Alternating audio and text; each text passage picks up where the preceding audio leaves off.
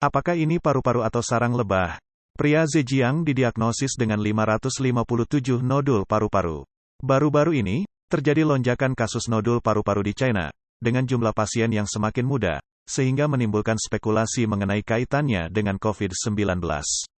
Menurut Red Star News pada tanggal 11 Januari, pria berusia 37 tahun dari Xiaoxing, Zhejiang, terkejut ketika dokter menemukan 557 nodul kaca di paru-parunya selama pemeriksaan medis.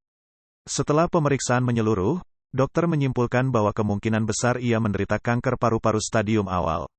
Yao Kelen, wakil direktur Departemen Radiologi di rumah sakit yang berafiliasi dengan Shaoxing Wenli Medical College, mengatakan, selama bertahun-tahun saya praktik, saya belum pernah menemukan kasus dengan lebih dari 500 nodul, terutama yang semuanya merupakan nodul kaca gelas. Hu berseru, saya tidak menyangka akan ada begitu banyak orang.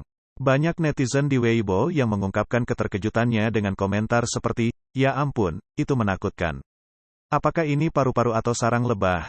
Ini terlalu menakutkan. Sejak COVID-19, saya melihat lebih banyak kasus nodul paru-paru di sekitar saya.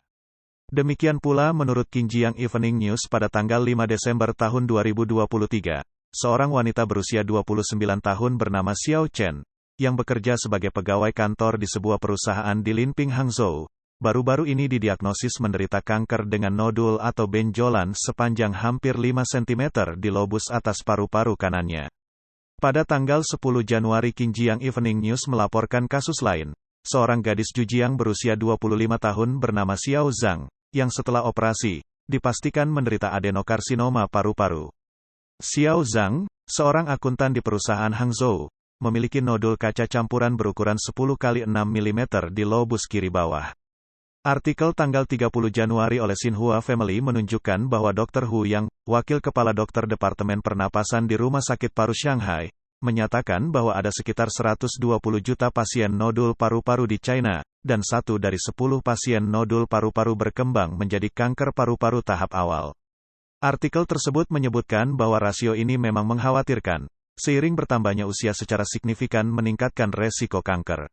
Menurut laporan China News pada tanggal 28 Oktober tahun 2023, akademisi Zhong Ninqian menyebutkan pada konferensi kesejahteraan masyarakat Dokter China kelima tahun 2023 di Guangzhou, saya spesialisasi dalam penyakit dada dan paru-paru, dan penyakit paru obstruktif kronik mempunyai dampak kesehatan yang signifikan terhadap masyarakat.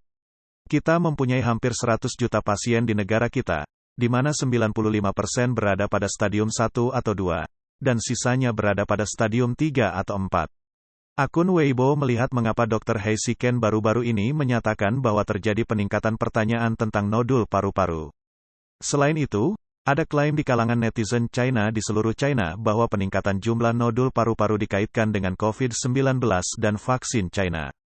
Meskipun demikian, para ahli medis belum mengonfirmasi hubungan tersebut.